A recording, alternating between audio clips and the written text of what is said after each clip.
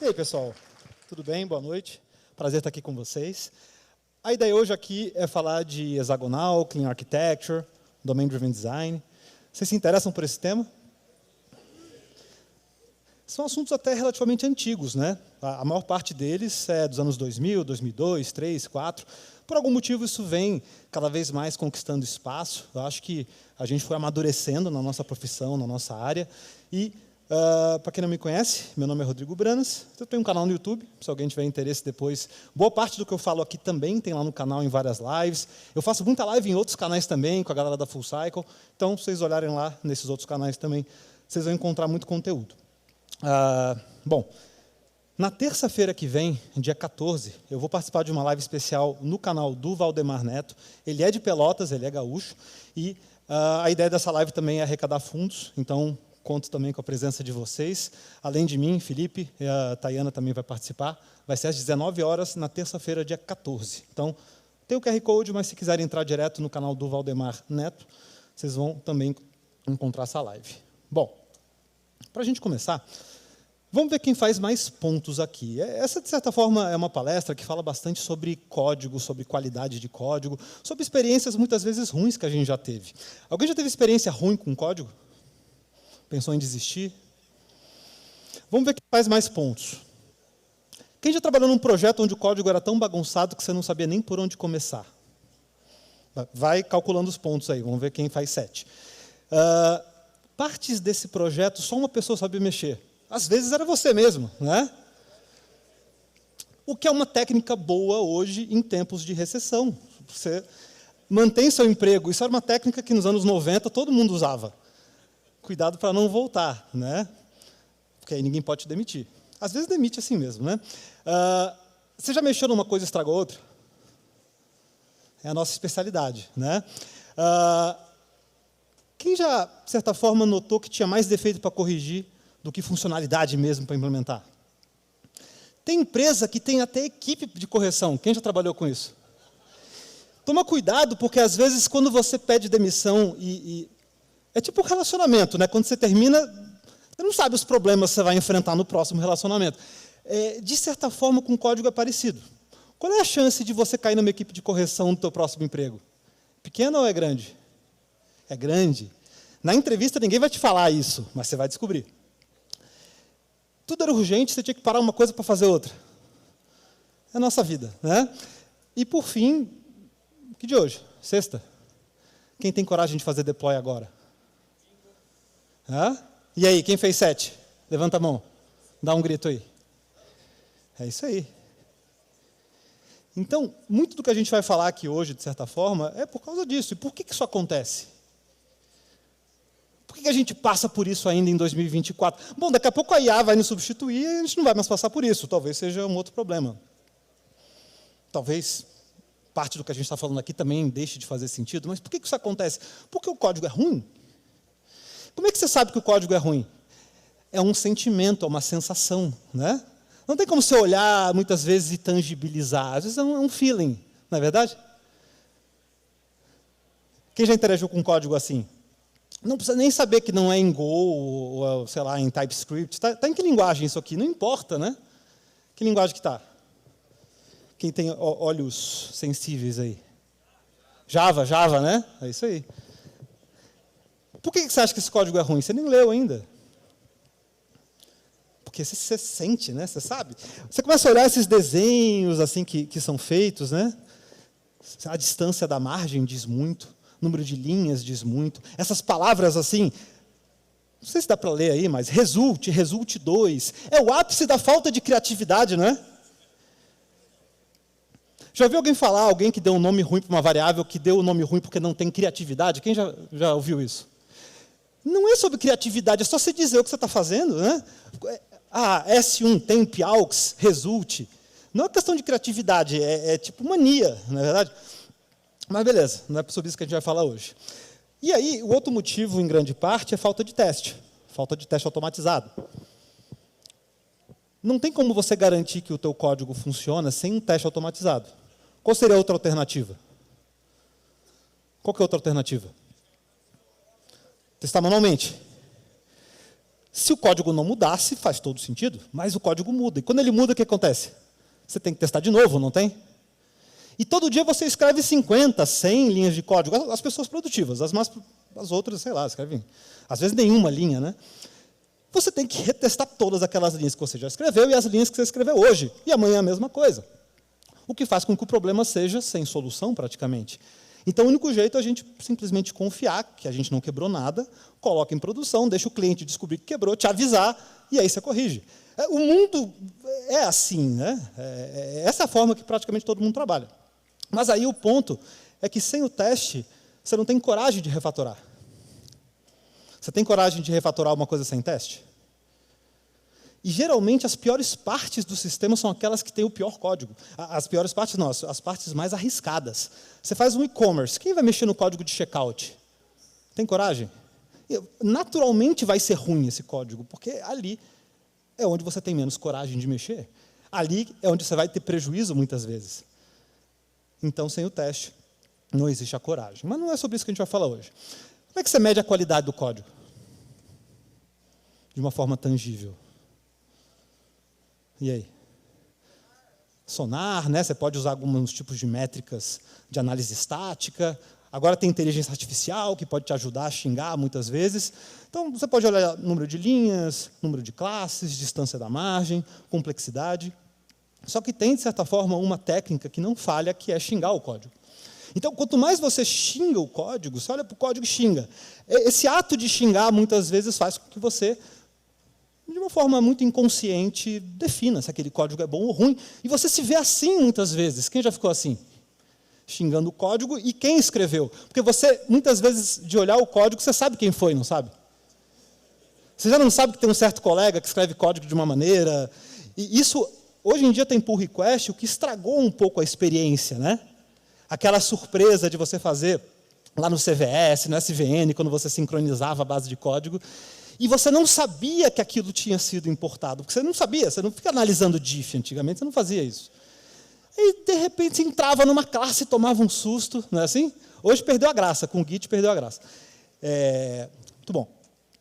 Você já se surpreendeu com código do tipo assim, como isso funciona? Tipo, não é possível que isso funcione.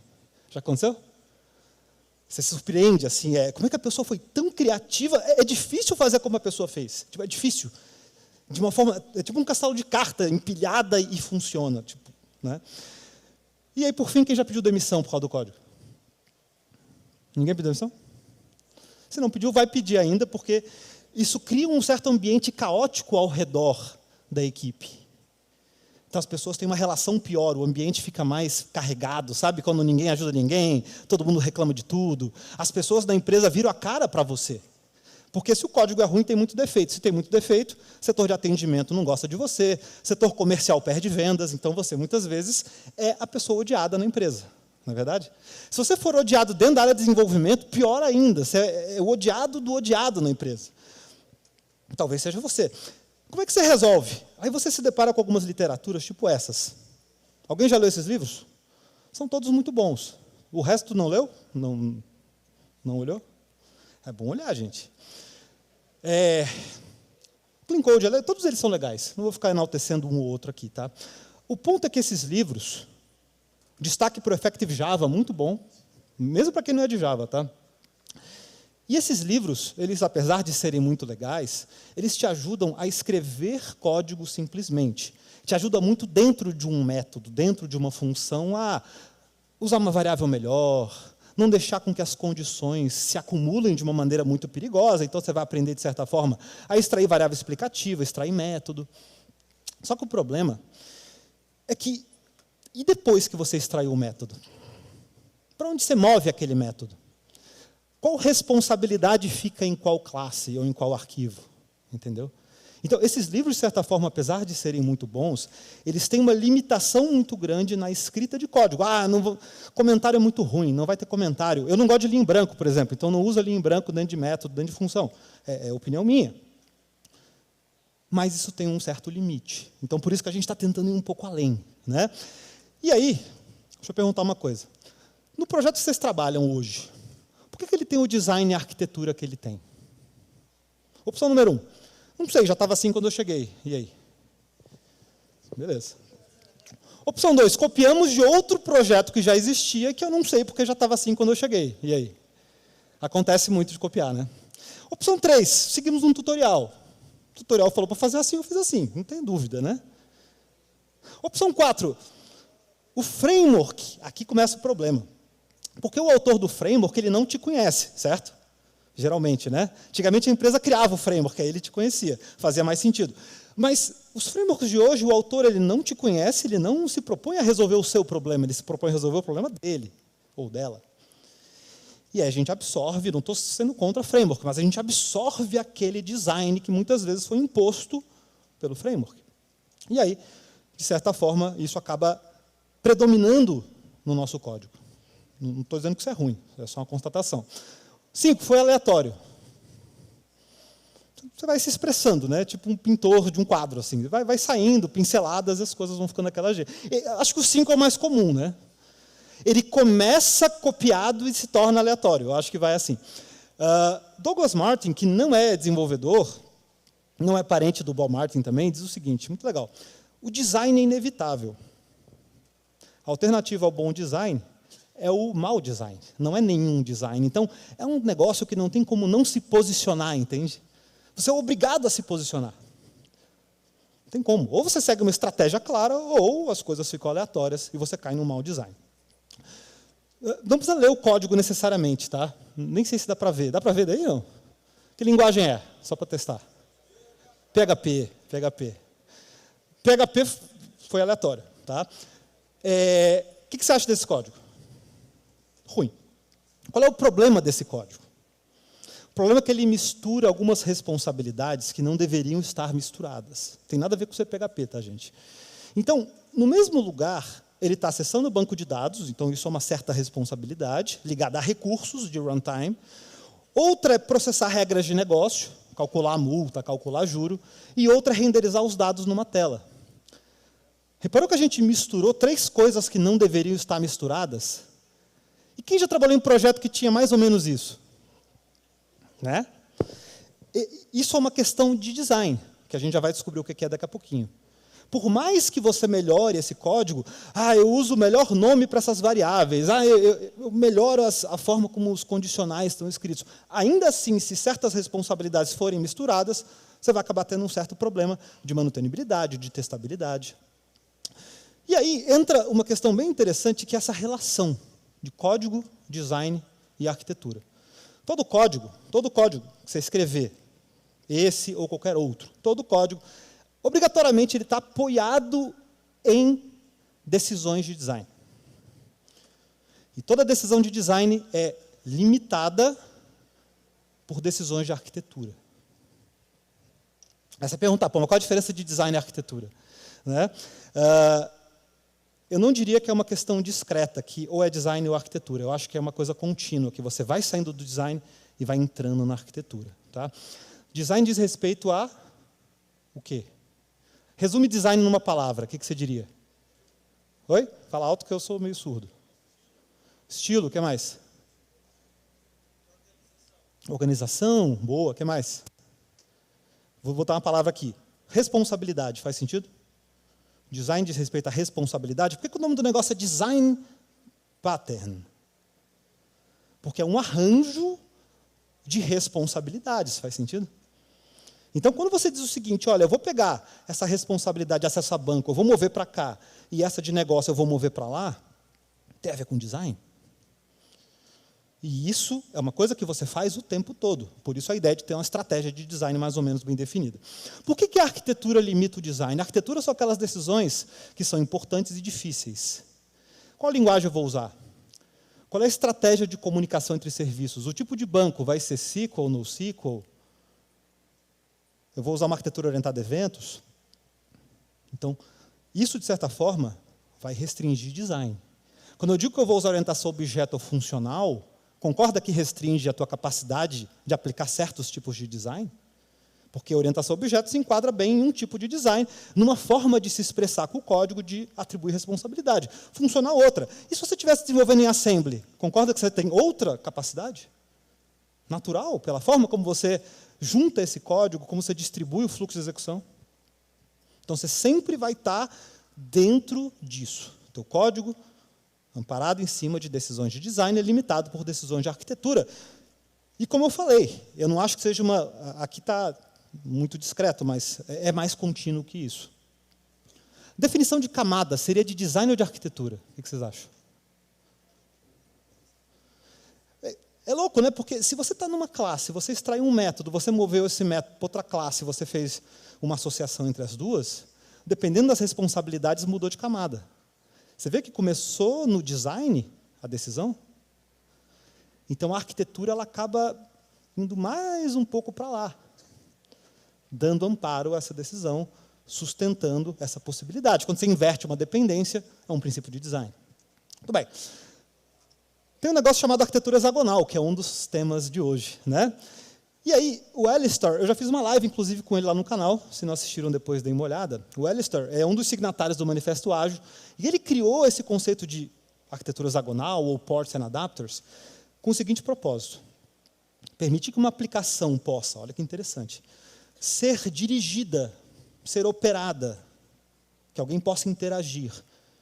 Seja um usuário, seja outro programa, seja um teste automatizado, seja um batch script. E também, além disso, possa ser desenvolvida e testada em isolamento para runtime devices, tipo banco de dados. Olhando para as aplicações hoje, você vê que todas elas conseguem fazer isso. Você consegue testar o seu código em isolamento para um recurso de runtime, ou às vezes tem acoplamento entre eles? Às vezes tem acoplamento. Então, se você segue a arquitetura hexagonal, você vai acabar ganhando isso por meio do que eu vou mostrar agora. Então, você pode, se você assim quiser, na hora de testar, passar outro runtime device, um banco em memória, um banco NoSQL, um banco de teste. Se você quiser... Já viu aplicações se você só testa pela tela? Quem já trabalhou assim? Só testa pela tela. Então, esse seria um caso. Se você só testa pela tela, quer dizer que você não tem mais essa habilidade de dirigir a aplicação, por exemplo, por meio de outra, fazendo uma integração. Olha só a ideia.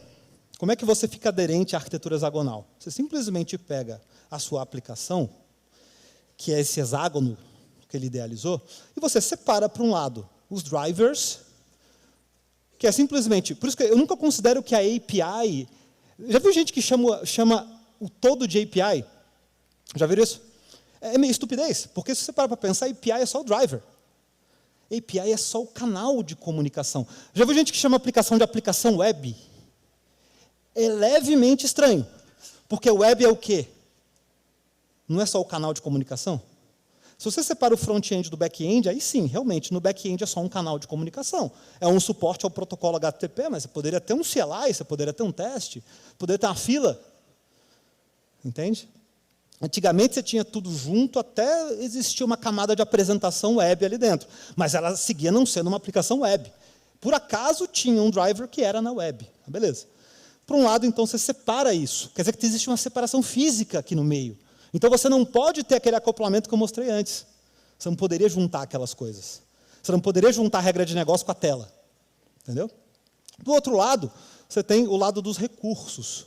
Ele chama de driven side, mas eu acho o nome meio estranho, então eu chamo de recursos. Mesma coisa, você tem lá o banco de dados, você tem um file system, você tem um servidor SMTP, você tem qualquer outra coisa, uma API externa que você interaja. E esses recursos externos não devem estar acoplados ao código da sua aplicação.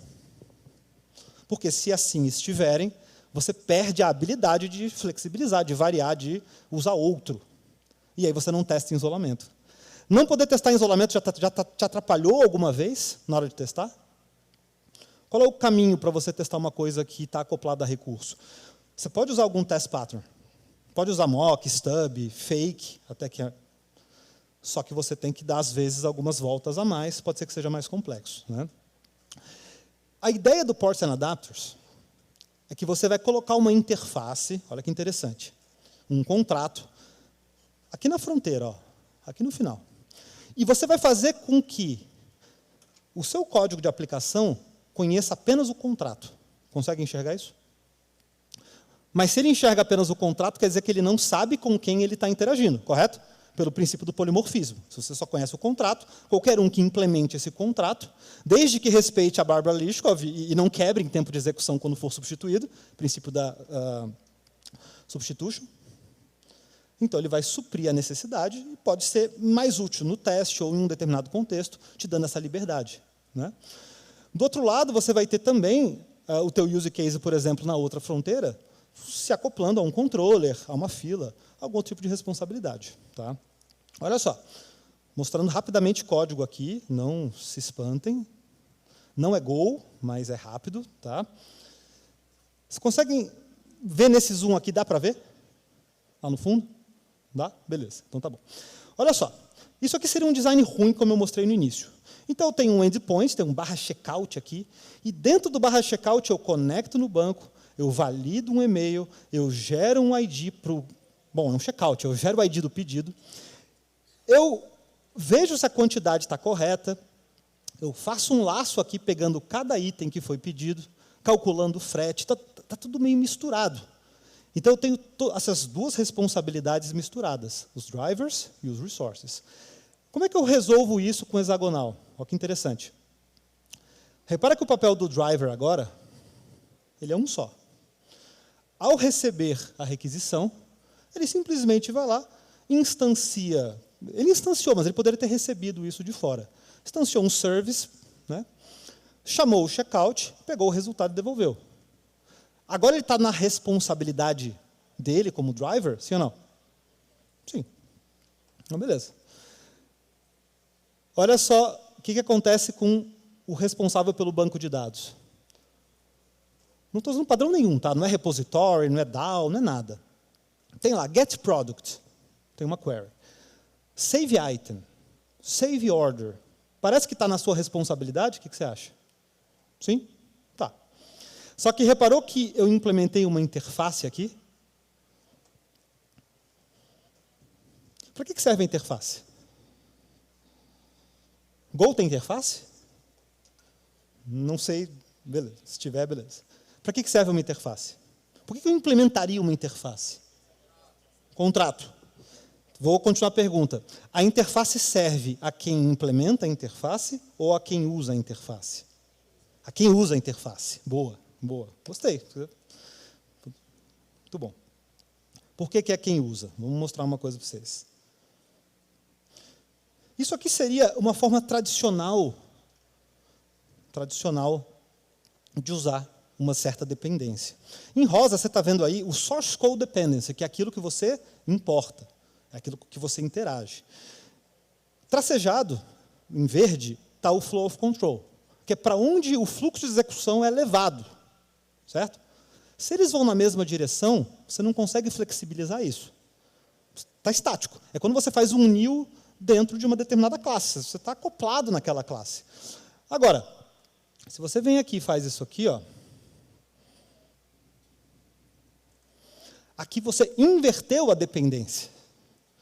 Porque você se acoplou no contrato, essa seta aqui indica uma associação, e do outro lado você tem uma implementação. Então, o ML1 poderia ser ML2, ML3, ML4. Reparou como as setas vão uma contra a outra? Quer dizer que HL1 não conhece ML1 e vice-versa. Então, esse é o princípio, essa é a ideia de você inverter a dependência. E a pergunta que eu fiz foi essa. A quem a interface serve? A quem implementa ou a quem usa? A quem usa. Porque quem usa segregou essa interface. Já ouviu falar do princípio Interface Segregation? Tem outros motivos pelos quais esse princípio existe, mas você segregou, você falou assim, ó, eu criei uma porta para que alguém sirva essas responsabilidades a mim. É a moral do polimorfismo. Assim você pode fazer essa flexibilização. Faz sentido? Então, quando você, às vezes, se questionar, por que eu precisaria ter uma interface? Por isso. Se você não faz isso, não precisa ter interface. Né?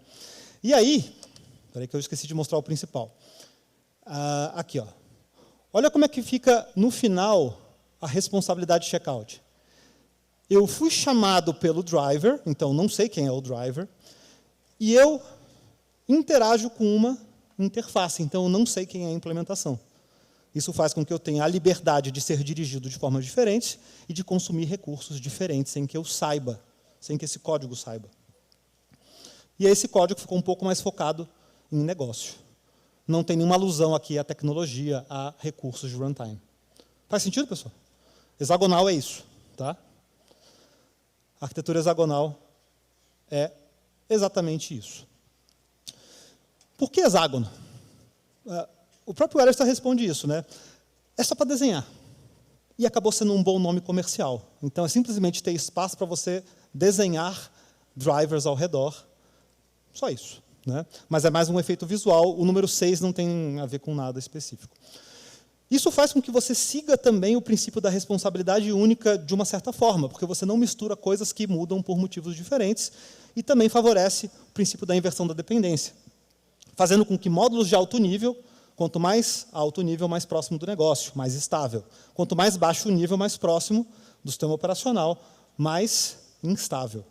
Então, quando você separa e faz com que ambos dependam de abstrações, é o que a gente estava vendo ali. Eu saí disso para isso. Beleza? Você faz isso com recursos. Tá? Muito bem. O que te favorece? Testabilidade.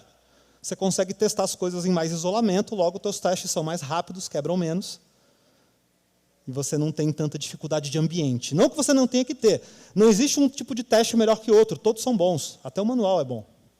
Porque é uma pirâmide. Você vai ter mais testes, obviamente, de unidade, mas você tem que ter os de integração, senão você não consegue garantir que juntas as unidades funcionam.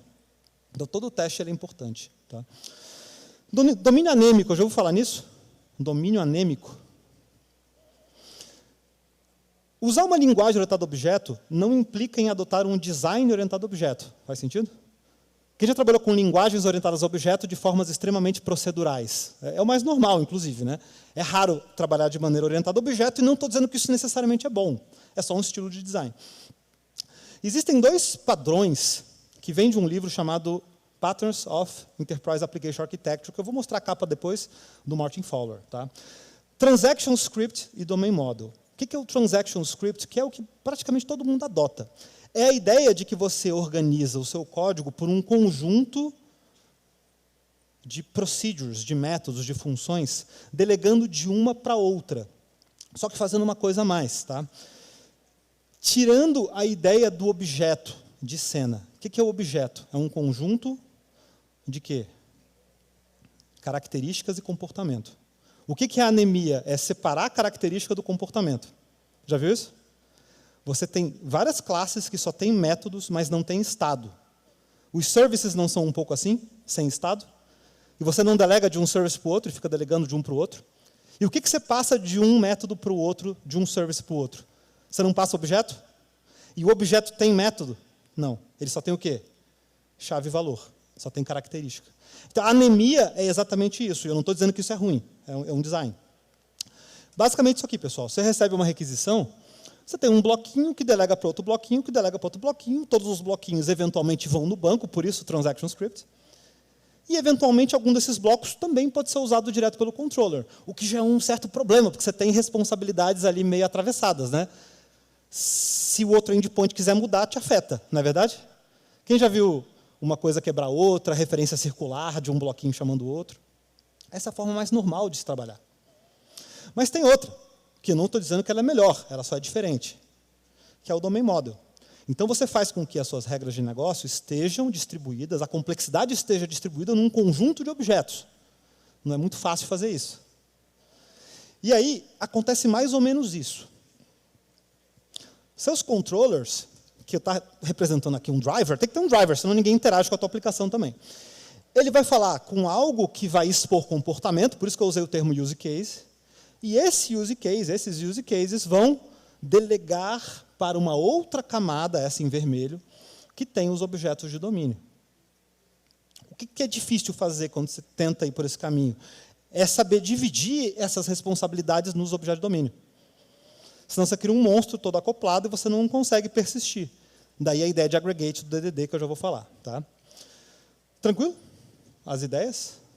Então, só para ilustrar essas ideias, olha para cá. Ó. Repara que o checkout, aqui no meio, ele tem um add item to order. Tudo bem?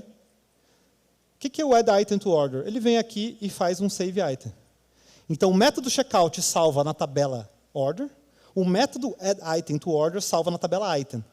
E aí tem um tal de applyDiscount que está aqui, coupon, que salva na tabela coupon. Por acaso aqui não salvou, mas supondo que salve. Está vendo a ideia do transaction script? Um bloco joga para o outro bloco joga para o outro bloco joga para o outro. Todos vão na base. O que seria isso aqui no Domain Model? Seria você começar a caminhar para um design como Clean Architecture ou Domain Driven Design. Então, o que você introduz a mais aqui relacionado com hexagonal? Você introduz essa camada do meio. Essa camada do meio de entities é exatamente o Domain Model. Então, usar Clean Architecture implica em usar um Domain Model. Então, você rompe um pouco com uma estratégia de design, que é o Transaction Script. E aí, você tem uma coisinha a mais que eu vou mostrar, tentar mostrar, que é essa separação. Então, aquela camada de drivers, você muitas vezes tem acoplamento com a tecnologia. Você fala com a conexão com o banco, você fala com a API externa, você fala com uma syscall que salva um arquivo. Aqui você tenta separar isso também. Então, você tem mais uma oportunidade de flexibilizar a tecnologia. Tá? Olha como fica diferente. Olha só. Olha como o código fica diferente. Tá? Se tivesse umas 3 horas, a gente escrevia esse código, mas dá para a gente mostrar. Olha só. Aqui eu tenho o checkout. Mesmo checkout. Só que repara que agora está tudo aqui. Esse checkout está interagindo só com objetos de domínio. Ele cria uma order, ele interage com a order para dizer, olha, adiciona items aqui nessa order.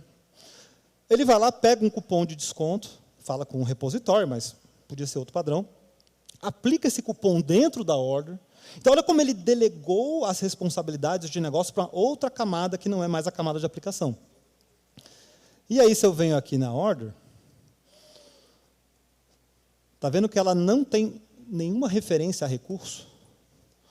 Ela é simplesmente código que manipula o estado interno do objeto. A moral do objeto é que você tem encapsulamento, ou seja, você usa modificadores de visibilidade, tipo private, para que você restrinja a visibilidade interna e assim você cria uma espécie de fachada de comportamento que faz a mutação. Então, o compromisso do objeto é sempre estar válido. Então, a proposta é preservar a invariância, que é o estado interno. Então, ele sempre vai lutar para preservar. Ele não vai deixar você criar com um e-mail inválido, ele não vai deixar você adicionar itens que têm a quantidade negativa, não vai deixar você fazer uma série de coisas que possam prejudicar o estado do objeto. Tá? Aí, você começa a distribuir complexidade. Então, repara que quando eu vou fazer o cálculo que está aqui, ó, eu falo item.getTotal. Ué, então eu deleguei para o item a responsabilidade de multiplicar price por quantity. Viu como eu comecei a delegar a responsabilidade para mais objetos? Então, você começa a adotar um domain model. Agora, você vai adotar isso em tudo da sua empresa? Não. Talvez isso faça mais sentido onde você tem mais regras de negócio complexas. Tá? Outra coisa também, quando eu estava falando sobre interface adapters e frameworks and drivers, né? Repara só o order repository. Você vê como ele não sabe em que banco ele está conectando? Ele inverteu a dependência para falar com um database connection. Daí essa diferença entre as camadas. Então, framework and driver vai ser a implementação propriamente dita da conexão, enquanto interface adapter é a ponte que liga a tecnologia na aplicação que a gente já viu no hexagonal, é o driver. Ou o resource, nesse caso é o resource. E aí, você inverteu essa dependência e isolou aqui. Ó. Aqui eu tenho só a conexão. Então, se eu quiser trocar o pgpromise por outra biblioteca, eu troco, porque o que onde eu estou me acoplando é na interface. Beleza? Então, a ideia do Clean Architecture, e lá no canal tem muito vídeo específico programando especificamente do zero esse tipo de arquitetura e de design. Está mais para design do que para arquitetura, né? Devia ser clean design. Então, você tem essas 4 camadas, das quais 2 você já conhece lá da hexagonal. A vermelha e a amarela estão dentro do hexágono. É a camada de application que foi desdobrada na camada de domínio. A de fora é o que você conhece como driver ou resource, que foi separada, onde você tem a tecnologia para um lado e a ponte dessa tecnologia do outro. Beleza? Qual é a proposta do Robert Martin aqui? O centro da sua aplicação não é o banco de dados, não é a tecnologia que você está usando, o framework, entre outros tipos de limitações. O centro é o seu use case. O centro é aquilo que você está implementando para servir o seu usuário.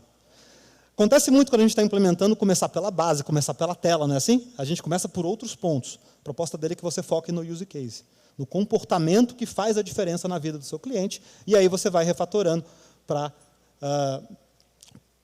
deixar para depois, muitas vezes, esses recursos. Tem uma diferença, pessoal, entre camada e pasta. Tá? Para eu ter uma camada, basta criar uma pasta e mover código lá para dentro? O que você acha? Qual a diferença de camada e pasta? A pasta é só o lugar físico onde o arquivo fica. A pasta não precisa refletir a camada. Camada é uma interação lógica de um conjunto de responsabilidades ordenadas que você acabou criando. Essa linha que vem de fora para dentro, que é essa dependency rule, é assim porque diz assim, ó, entity não conhece use case. Use case não conhece interface adapter. Interface adapter não conhece framework and driver. Então, eu crio uma ordenação no fluxo de execução. E isso faz com que você tenha justamente independência, reuso, testabilidade. Então, a camada ela é a responsabilidade que você atribui e o relacionamento que existe entre as partes.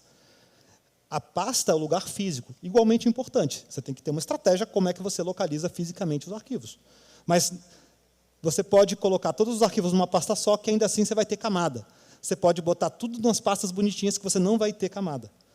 Uma coisa tem que combinar com a outra. Tá? Então, camada é a fronteira lógica. Quando você começa a usar esse tipo de design, você acaba tendo uma coisa chamada de composition root, que é o entry point. Todo projeto tem isso de alguma maneira. É o main. É o main. Olha o que acontece no main, pessoal.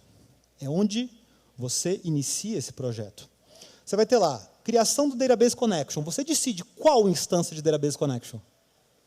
Qual instância de repository? É em memória? É no disco? É no banco de dados? Qual é o use case? Poderia ter uma interface, podia usar decorators em torno do use case, para agregar responsabilidades no objeto que eu estou decorando. E aí você vai lá, registra tudo isso num controller ou num container de dependency injection, inicia na porta, sei lá, 3000, coloca o código no ar. Então, toda aplicação acaba, de certa forma, tendo esse composition root, que é onde você vai decidir o que eu vou instanciar. E aí, em situações diferentes, você pode instanciar de formas diferentes. Por exemplo, no teste. Poderia instanciar objetos diferentes para propósito de teste. Tá? Muito bem. Para fechar, Domain Driven Design, como é que ele se encaixa nisso? É meio mais complexo. Tem 5 minutos, dá para explicar. DDD se divide em duas partes, modelagem estratégica e modelagem tática. Modelagem estratégica, geralmente acontece isso com o tempo, né?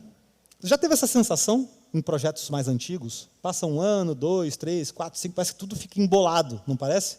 Os conceitos se misturam demais. Esse fenômeno é conhecido como Big Ball of Mud. As responsabilidades começam a ficar muito misturadas e fica difícil de você separar as coisas. A ideia do nível estratégico do Domain Driven Design é como eu faço para entender o domínio. O que é o domínio? O que seria o domínio? Regra de negócio. O domínio é o problema que você resolve, mas num nível alto. O problema é que a tua empresa resolve. Você é um e-commerce, o teu problema é e-commerce. Tá? Então, como é que eu identifico os bounded contexts? Né? A gente vai ter que entender quais são as áreas de conhecimento desse domínio. Como é que eu dividiria um e-commerce? Que áreas eu tenho no e-commerce? Se você perguntar ao pessoal do Mercado Livre, as equipes vão refletir muito essas áreas.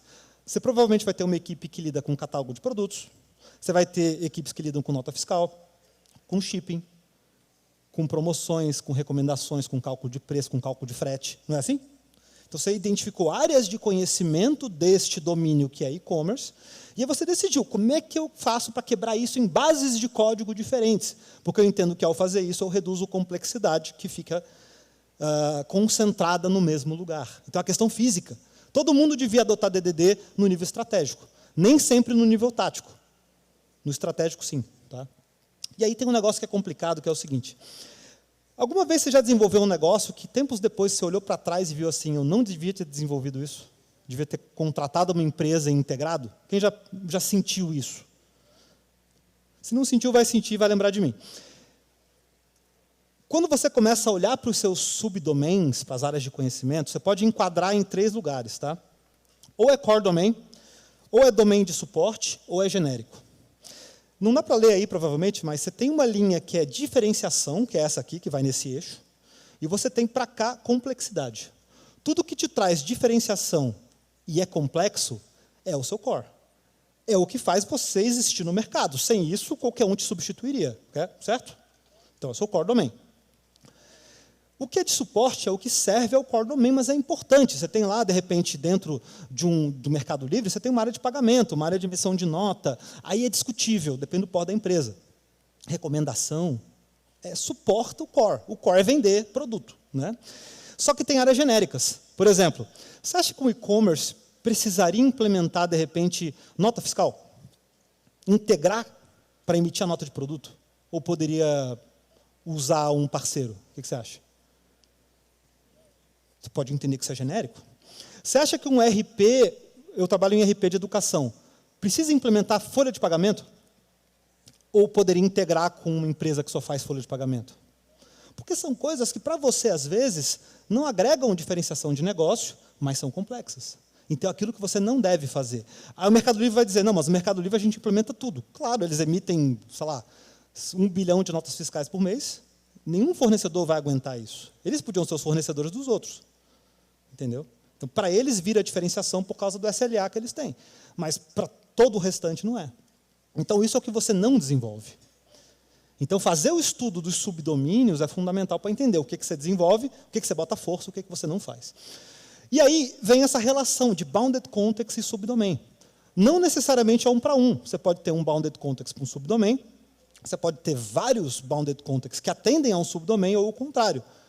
Um bounded context que muitas vezes... Isso é um monolito, né? O C é um monolito. É um bounded context, uma base de código, com todos os subdomains. Não é verdade? Esse é o monolito. Então, esse arranjo vai depender de o que faz sentido. Qual relacionamento faz sentido? Qual superfície vai se formar entre eles que justifica a separação? É o mesmo dilema do microservice que vocês têm. Quem já separou o microservice e voltou atrás porque ficou insustentável? Já aconteceu? A integração ficou insustentável de tanta chamada que você fazia, você perdeu disponibilidade, perdeu resiliência. Então, essa imagem é até do livro do Von Vernon. Repara que você tem ali, 1, 2, 3, 4, 5, 6 subdomains, 5 subdomains, né? Catálogo, order, invoice, inventory e shipping. Subdomains. Só que você só tem 3 bounded contexts. Não vai pegar o LED aqui, tá? Mas aqui você tem um bounded context, lá você tem outro, aqui você tem outro. Por quê? Sei lá, porque o cara olhou para cá e entendeu que essa junção ficava melhor. Esse arranjo de integração ficava melhor. Senão separa uma coisa que é naturalmente acoplada. Então, essa análise, ela acaba sendo fundamental. Estou quase acabando, tá, pessoal? Aqui no projeto, quando eu venho para DDD, eu separei em catálogo e em pedidos. Porque eu entendi que era um arranjo saudável, que era bom. E aí eu faço com que exista uma integração entre eles. Tá? O outro lado do Domain Driven Design, ele é a modelagem tática. Aqui é o Domain Model. A modelagem tática do DDD é a implementação do Domain Model. Então, você pode adotar a estratégica e não adotar a tática. Porque você entende que tem uma parte do teu sistema que Transaction Script é mais fácil, é mais prático, é menos burocrático. Agora, tem outra, que é financeira, que lida com recálculo de multa, de juro, de financiamento, que você quer aplicar. E aí você vai começar a ver alguns padrões. Entidades, objetos de valor, serviços de domínio, fábricas, agregados, repositórios. E aí, você vai... A grande ideia é que você pegue a linguagem de negócio, que lá é chamada de Ubiquitous Language, então são os termos de negócio. Isso é só a ponta do iceberg. Você alinha esses termos com a área de negócio, que geralmente fala termos um pouco diferentes. O cliente se expressa bem? Nem sempre, né? O cliente ele te fala mais ou menos uma coisa que você vai ter que traduzir. O resultado dessa tradução e o acordo firmado entre essas partes é a linguagem ubíqua, que você vai adotar no código e nas conversas. E aí, é como se no Clean Architecture você colocasse DDD no nível tático aqui no meio. Porque Clean Architecture não define muito bem como você faz a separação dessas responsabilidades. O DDD, sim. E ele separa nesses primeiros 4 objetos: entidades, objetos de valor, serviços de domínio e agregados. Entidade é tudo aquilo que tem identidade e muda com o tempo. Pessoal, um pedido é uma entidade? O que você acha? Algo que tem identidade e muda com o tempo. O pedido muda com o tempo? O que vocês acham? Muda, né? Porque ele vai do status, muitas vezes, em aberto para pago, ele é cancelado, ele é entregue, você adiciona item, você tira item, você aplica cupom. Então, o pedido muda com o tempo, ele tem identidade e muda. Agora, dentro do pedido, você tem um conjunto, muitas vezes, de itens, que vão lá e ligam 2 coisas. Ele liga o que você comprou com o preço e a quantidade. Então, se isso não mudar, isso pode ser um value object. Ah, mas e se mudar? Vira uma entity. E, de repente, deixa eu ver aqui. Um e-mail, por exemplo. Cadê o e-mail? Está aqui, ó. Isso aqui é uma entidade ou um value object? Um e-mail. Tudo aquilo que você tem no teu sistema, e que muitas vezes é um number, é uma string, é um conjunto de numbers, é um conjunto de strings, é um conjunto de datas, ele pode ser transformado num objeto de valor. Isso é um padrão mais antigo até que o DDD. Então, você pega um e-mail, que é uma string, só que é uma string que tem regra. O que seria 2 datas? Seria um período de tempo. O que seriam 2 coordenadas? 2 coordenadas de latitude e longitude. Isso é um segmento, por exemplo. Segmento tem o quê? Não tem distância em segmento? Um VO. O que é uma coordenada? Latitude e longitude. O que é latitude e longitude? São números. Entende? Então, você começa a pegar essas informações que estão soltas, com essas regras dispersas, e você coloca elas dentro do objeto. E você reusa esse objeto em vários lugares. Então, essa é a ideia do value object. O que é o aggregate? O aggregate é justamente a junção desses diferentes objetos num cluster. Só que se esse cluster for muito grande, o que acontece? Você tem dificuldade em persistir. Se esse cluster for muito pequeno, ele perde o sentido muitas vezes. Então, a grande dificuldade no DDD, e é o estudo que ele propõe na modelagem tática, é como eu faço para pegar a complexidade e distribuir nesses objetos de domínio. E o papel do repository não é persistir. Já viu o padrão repositório sendo usado, o nome repositório sendo usado para qualquer coisa que persista? Já deve ter visto isso em algum projeto. E não tem problema, cada um dá o nome que quiser também. Mas a moral do repository é ser um padrão que faz a mediação entre o domain model e o mecanismo de persistência. Então, na essência, o que ele persiste, o que ele recupera, são clusters de objetos de domínio, são aggregates. Ah, mas aggregate não é a mesma coisa que tabela do banco? Não é. Olha só. Imagina um outro contexto, que eu tenha 3 tabelas. Account, que é a conta do usuário, ride, que é uma corrida, tipo de Uber, e a position, que é a posição no mapa, que é a coordenada e a data. São 3 tabelas. Se você pensar num ORM, você vai ter 3 classes, correto? Agora, se você pensar em distribuir essa complexidade em objetos de domínio, você tem vários clusterzinhos, vários grupinhos. Aqui você vai ter posição com coordenada, tem dois objetos para uma tabela. Aqui você vai ter corrida, a lista de segmentos entre as diferentes posições, o status, o identificador. Então, você já tem 4, 5 objetos. Lá na account, você vai ter account tem nome, tem e-mail, tem CPF, tem a placa do carro do motorista. Então, você agrupou uma tabela do banco em 5 objetos, porque você distribuiu a complexidade e as responsabilidades em vários lugares. Então, essa relação ela não vai ser 1 para 1. Se você tentar aplicar num projeto muito simples, dá a impressão que é 1 para 1, mas se ele começar a ficar complexo, você vê que ela já não é mais tão 1 para 1 assim. E a conclusão é que sempre deve existir, de certa forma, um equilíbrio entre comportamento e estrutura. Comportamento é aquilo que o seu cliente pede para você fazer. Nas empresas, comportamento é aquilo que muitas vezes traz dinheiro. O teu chefe, o dono da empresa, ou às vezes é você mesmo, mas está mais interessado que você aplique alguma técnica de design, de teste, ou alguma melhoria no código, ou que você entregue aquilo que foi pedido? O que vocês acham? Entregue o que foi pedido. E é normal, porque é aquilo que traz dinheiro.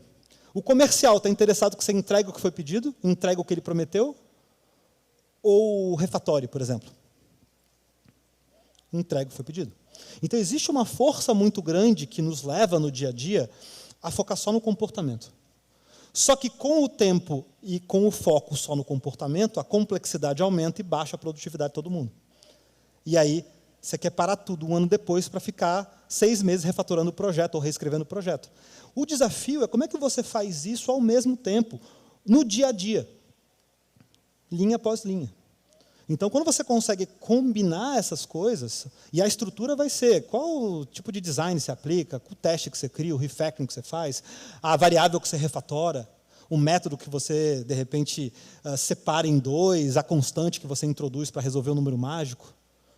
Se você conseguir condensar isso e fazer o tempo todo, você vai fazer com que o seu projeto, durante muito tempo, siga saudável. E o projeto saudável faz vocês também serem um pouco mais saudáveis. Você acaba trabalhando numa empresa menos caótica, com menos problemas, sai da equipe de manutenção. Então, o desafio de você olhar para a hexagonal, olhar para a Clean Architecture, olhar para a DDD, é justamente pensar no design. Agora eu saí de dentro do código, eu melhorei as variáveis que eu escrevo, as condições que eu crio, e agora eu tenho que decidir aonde eu atribuo responsabilidade e mais, e por que eu atribuo. É olhar para um projeto e entender por que eu faço isso, por que eu faço o que eu faço. Por que eu codifico essa responsabilidade aqui e essa lá. Então, esse tipo de obra talvez vá te abrir a cabeça para isso. Então, esse livro é muito bom, tá? O Implementing Domain Driven Design, esse em vermelho. O Clean Architecture não é tão bom quanto o outro. Quem trabalha com microservices vai encontrar muita referência interessante no livro do Chris Richardson. Os 2 livros da ponta de patterns, tanto o do Fowler quanto o Gang of Four, são muito bons também. Tudo lida com design e arquitetura. Então, são obras que vão fazer com que você vá além do código. E aí esteja mais consciente do que é feito, de como é feito. Talvez isso faça com que o teu projeto seja cada vez melhor com o passar do tempo. Beleza, pessoal? Já estourei meu tempo. Não sei se tem perguntas, mas aqui estão minhas redes sociais. Boa parte do que eu mostrei aqui, você vai encontrar também lá no canal de maneira mais segmentada. Lá no canal do Full Cycle tem muita live também. Se colocar meu nome lá, você vai encontrar. E aí são assuntos que vão mais longe, que demoram mais. Assim, cada tópico desse talvez vá 2, 3, 4, 5 horas. São livros grandes, né? Cada livro daquele tem 400, 500, 700 páginas.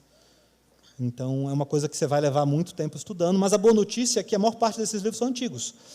Design Patterns é de 95, se eu não me engano. Não esse, tá? Mas o do Eric Evans é de 2003. São muitos livros antigos. O outro do Fowler também é dos anos 2000. Então, são assuntos que estão aí há 20, 25 anos, 30 anos. A raiz desses assuntos é mais antiga ainda. Orientação a objeto é de 68.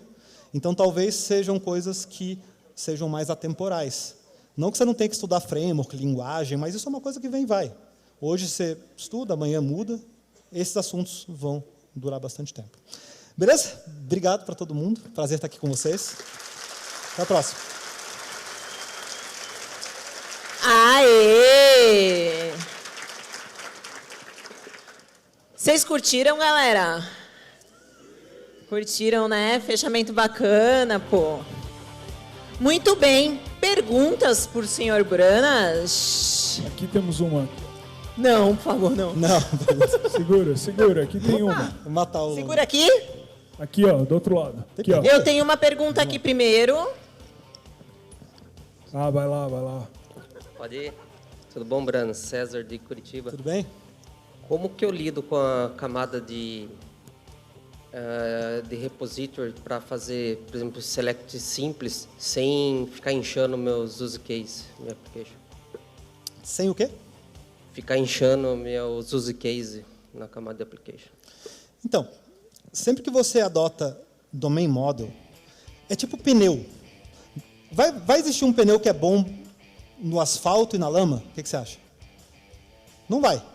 Ele vai ser lento no asfalto e vai deslizar na lama, né? Com modelo é a estratégia que você segue. Modelo é a mesma coisa. Então, o repository ele vai servir ao domain model. O domain model é bom para processar regra de negócio, para arbitrar as mutações que acontecem no domínio. Só que ele é muito ruim para consulta. Por quê? Porque a fronteira do repository é o aggregate. E o que você precisa para consulta não é. Você vai querer fazer um join de 3 tabelas e devolver para o usuário, devolver para a API. Então, entra um pouco o conceito do CQRS, que é segregar o modelo de consulta do modelo de mutação. Então, eu diria para você o seguinte, cria uma outra camada só de queries, só de consultas, faz da melhor forma possível, seja pegando o teu ORM, juntando tudo e retornando. Porque a única moral de você usar repository é obter o estado de um objeto de domínio com o propósito de modificar e repersistir. Não serve para outra coisa. Eu vou usar o repository para servir dados no meu GraphQL. Você vai destruir o negócio. Porque não foi feito para isso. Porque ele vai ter que agregar os dados todos.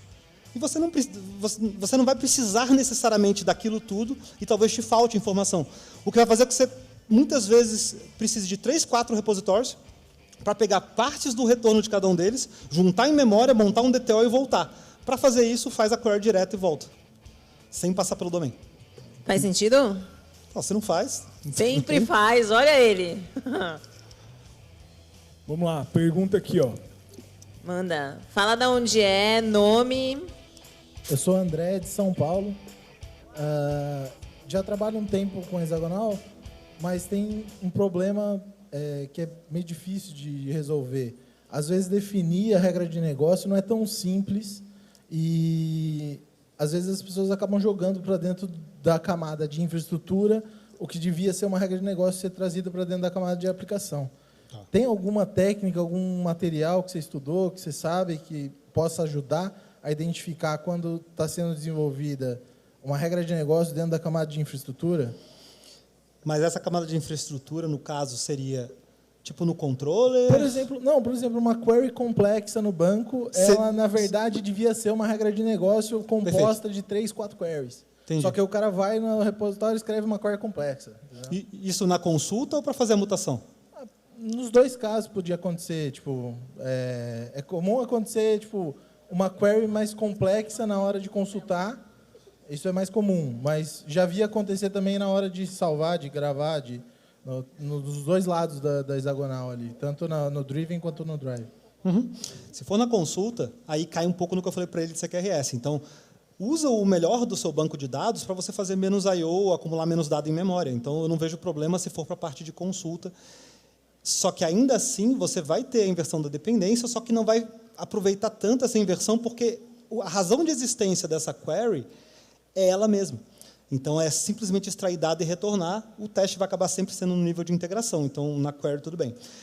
No command é que é o problema, porque aí, às vezes, a gente acaba delegando para o banco, criando uma store procedure, ou, de repente, levando para a camada de DAO, de repository, alguma coisa que fale com a persistência, regras, do tipo assim, o que eu posso persistir, o que eu vou negar, aí vai ter que separar a responsabilidade. Leva para a application o que não é, e deixa na camada que lida com os resources somente as operações mais atômicas. Então, provavelmente, você vai ter que pegar todo esse código, separar em partes menores, dar nome para essas operações e orquestrar essas operações a partir da camada de aplicação. É uma quebra um pouco do paradigma anterior, né? Então, não vejo muito como sair disso sem passar por essa decomposição. Boa! Tem mais alguém? Mais uma só. Aqui, então, Marcelo. Aí? Vai procurar o Branas na internet. Você mesmo do iFood, que está com esse negocinho do iFood. Aqui, ó. Boa noite. Ed Marques, João Pessoa, Paraíba, iFood.